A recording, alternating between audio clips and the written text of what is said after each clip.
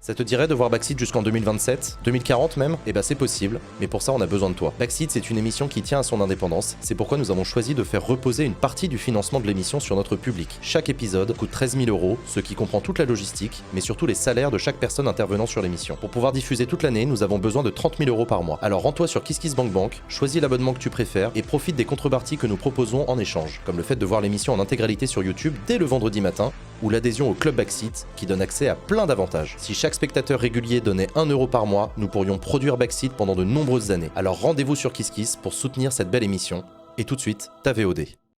Chers amis, nous allons accueillir nos invités de la semaine, mais avant, nous allons commencer par la séquence que vous attendez toutes et tous. C'est parti pour la vie d'Adèle.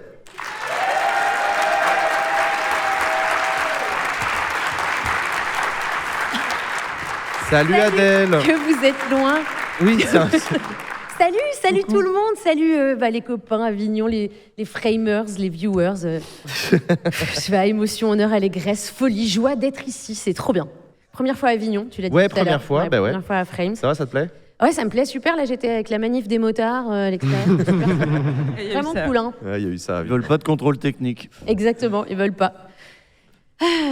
Alors j'ai découvert un truc, première fois à Frames, hein, j'ai découvert que quand on est à la mecque des créateurs de contenu, on fait comme les créateurs de contenu, on parle des autres créateurs de contenu. Et moi je vais vous parler de ceux que je connais le mieux, c'est-à-dire les politiques. Parce que les politiques soutiennent la création sur Internet, hein, à commencer par notre Premier ministre, Gabriel Attal. Grand soutien. Je ne veux pas d'un pays où TikTok remplace les romans, où les influenceurs remplacent les grands auteurs et où les écrans prennent peu à peu toute la place dans la vie de nos jeunes et plus largement dans celle des citoyens. Ah putain.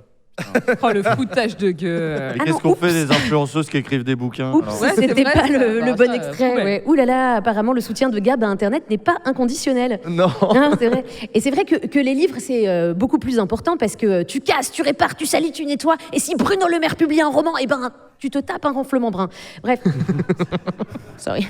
Il a dit, les influenceurs ne doivent pas remplacer les grands auteurs. Ah, terrible. Tu sais, on a l'impression dans la tête de Gab que quand il dit grands auteurs, c'est ceux qui sont morts, tu vois. Bah oui, c'est c'est sûr. Hugo, Zola, Chiappa. Et... Ah non, pardon. Marlène est bien vivante. Elle a sorti hier le pitch de son prochain roman, Scandale, présenté par son éditeur comme Mi-House of Cards, Mi-New Romance. Alors, si tu lis le doc de presse, il y a assez peu de House of Cards. Je vous lis. Il y a Vraiment. assez peu de ponctuation aussi, Ouais. c'est abominable. C'est l'enfer. C'est l'histoire d'une ministre brillante, quadra sexy, à laquelle chacune voudrait ressembler, sauf qu'elle est en burn-out. Et lors d'un voyage au New York, son cœur va chavirer pour un basketteur à couper le souffle. Tout est vrai. C'est un basketteur à couper le souffle. Beau à couper le souffle, à la limite, mais un basketteur à couper le souffle. Peut-être qu'il lui a envoyé brutalement un ballon dans la poitrine, je sais pas. Bon, rendez-vous en juin pour lire le roman et savoir. Bon, alors donc Gabi, il veut pas, il veut nous éloigner des écrans pour nous remettre à la lecture, parce qu'on serait pas capable de faire les deux, n'est-ce pas, Léa? Et sorry aussi BookTok. Mais disons qu'il a du mal aussi à nous montrer l'exemple, parce que le mec, il est sur tous les réseaux et il publie tout et n'importe quoi. Exemple, alors que Gabriel Attal accompagne Valérie Hayé, tête de liste Renaissance aux Européennes, dans une opération porte-à-porte, voici ce qui s'est passé. Bonjour. Il y a une fête, Ah oui. fête déguisée en fait. Oui, c'est l'anniversaire des enfants. Bonjour d'abord, pardon, excusez-moi, c'est ça, présente voir ici. On est chez le père Fouras. Oui, plus ou moins. Bonjour. Bonjour, monsieur le Premier ministre. Bonjour, enchanté. Bonjour. C'est notre candidate pour les élections européennes, Valérie Hayé. Ah oui, d'accord. Et on vient faire du porte-à-porte. Alors, c'est peut-être pas le bon moment pour nous fêter la fête d'anniversaire, mais... Non, bah, les enfants, venez. Bonjour. On a un invité surprise, enfin des invités surprises. Dis bonjour au Premier ministre. C'est mythique, mais chelou. Tu sais le protocole de sécurité qu'il faut pour un déplacement de Premier ministre? Le mec, il est arrivé avec 6 voitures, 4 motards, 5 bodyguards, et là, genre, on le laisse ouvrir tout seul la porte du père Fouras sans avoir vérifié quoi que ce soit. Ça n'a aucun sens. Et là, c'était l'anniversaire des enfants, mais imagine un autre scénario et que se déguiser en Gandalf, ce soit un kink des parents pour pimenter leur vie intime. C'est... Ding dong, surprise! Ah, Gabriel Attal! Merde, chérie, j'ai cru que t'avais commandé Frodon. En fait, Gabriel, c'est un vrai créateur de contenu. Après les bêtisiers, il fait même des collabs. Voyager cet été en illimité en France grâce au Passerail, ça va être possible pour tous les jeunes, je t'explique. Voilà. Ça, c'est une collab SNCF. J'aime pas quand on me tutoie comme ça. C'est tellement ça. Ah, on a même le petit jingle. Je t'explique. Mais c'est même carrément un tuto. Les tutos de Gab, les tutos de Gab. Ça m'a donné envie de faire un jingle. Les tutos de Gab. Ton train pour Avignon a été annulé. Tu veux être remboursé de 7% du prix du billet, mais tu ne connais pas les 19 étapes nécessaires sur SNCF Connect ? Je t'explique. Mais il y a d'autres tutos de Gab qui vont sortir. Attention, il a fait une collab avec France Travail. Tu ne sais pas faire ton actualisation et tu arrives en fin de droit. Vivre dans la rue, je t'explique. Il a fait une collab avec la police nationale aussi. Tu viens de faire une manif et tu as rencontré un CRS. Faire ses demandes d'ITT, je t'explique. Et finalement, on a eu... Mais il y a aussi, merci beaucoup, aussi une collab avec le Crous. Donc tu es étudiant et pendant les JO, tu dois laisser ton logement à une famille de kayakistes américains. Faire ses cartons en 2 jours, je t'explique. Et n'oublie pas que pour vivre dans la rue, il y a déjà un tuto. Clique ici. Je reviens. Merci pour lui, merci pour Gabriel. Je reviens une seconde sur la vidéo SNCF de Gabriel Attal qui a été publiée sur TikTok avec ce texte.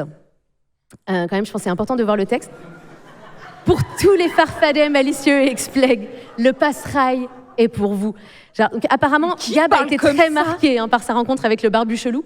Mais c'est un deepfake ou c'est un... mais qui parle comme ça ? Alors non, vraiment, c'est vraiment sur TikTok. Et c'est vrai que malicieux, expiègle et même taquin, tu peux pas mieux décrire Gabriel Attal. Je pense que ça, c'est quand même évident. C'est quoi un farfadet ? Un farfadet, tu sais, c'est un petit personnage qui vient du Poitou ou de la Vendée. Ah bon ? Et qui est malicieux et qui fait des blagues. Comme Philippe de Villiers, quoi. Même genre. Exactement. Et donc non, le CM de Gabriel Attal n'était pas ivre, mais c'est juste que farfadet sur TikTok, c'est une trend en ce moment. Ah. Mais je crois que moi, je préfère les autres versions du trend sur TikTok.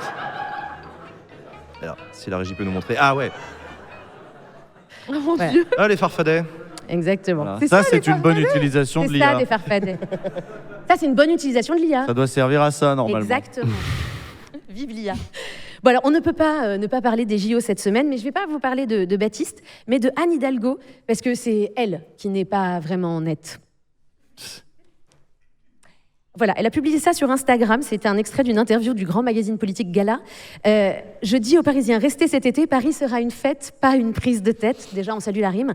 Et ensuite, mais c'est vrai que ça va être fun cet été, parce qu'on ne cesse de nous le répéter. Faudra pas prendre le métro, le ticket à 4 €, le risque d'attentat est au plus haut, faut télétravailler, les étudiants sont expulsés. Moi, quand j'entends ça, j'entends taf, taf, taf, taf, taf, quoi. C'est un peu comme si t'étais à une soirée, tu sais, et l'autre, il commence à ranger et à nettoyer alors que toi, t'es encore là. Tu sais, il a éteint la musique, rangé l'alcool, il est allé chercher ta veste, il dit « Non, attends, ne pars pas, la soirée n'est pas finie, c'est pas la prise de tête. » Alors, dans la catégorie pas la fête, la relation entre le président et le premier ministre, et le ministre de l'économie, donc la relation entre le président et le ministre de l'économie, s'est tendue dernièrement. Apparemment, la situation économique de notre pays est pourrie. Et du coup, tout le monde est sur le pont pour trouver des solutions et ils bossent main dans la main au sommet de l'État jusqu'à cette réunion fatidique où Manu a dit à Nono « Bruno, ça fait quand même 7 ans que tu es là. » Ça sent un peu le couple qui va se séparer. Tu sais, c'est un peu genre « Bruno, ça fait 7 ans que je te demande de réparer la porte du garage. » Ou peut-être que c'était juste chez mes parents, je sais pas. Mais ça fait 7 ans. Mais Manu, t'es un peu coupable aussi. Parce que si ça te convenait pas, disons que tu pouvais mettre fin à sa fonction au bout de 2 ans, ou au bout de 3 ans, ou au bout de 4 ans, ou au bout de... disons qu'une période d'essai de 7 ans, c'est généreux, quoi. Je veux dire, c'est... Mais c'est toujours son truc, ça, à Macron, de déresponsabiliser, lui, de se déresponsabiliser systématiquement quand ça pue.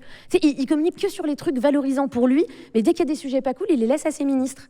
D'ailleurs, il me semble que ça a un nom, ça, en communication politique. Il faudrait demander à Clément Viktorovitch, mais je crois que ça s'appelle la rhétorique de la toute petite bite. Ça sera mon dernier mot. Merci beaucoup, Adèle. Merci à Adèle Barbers, à retrouver sur tous les réseaux sociaux. Merci beaucoup pour cet avis d'Adèle, exceptionnel.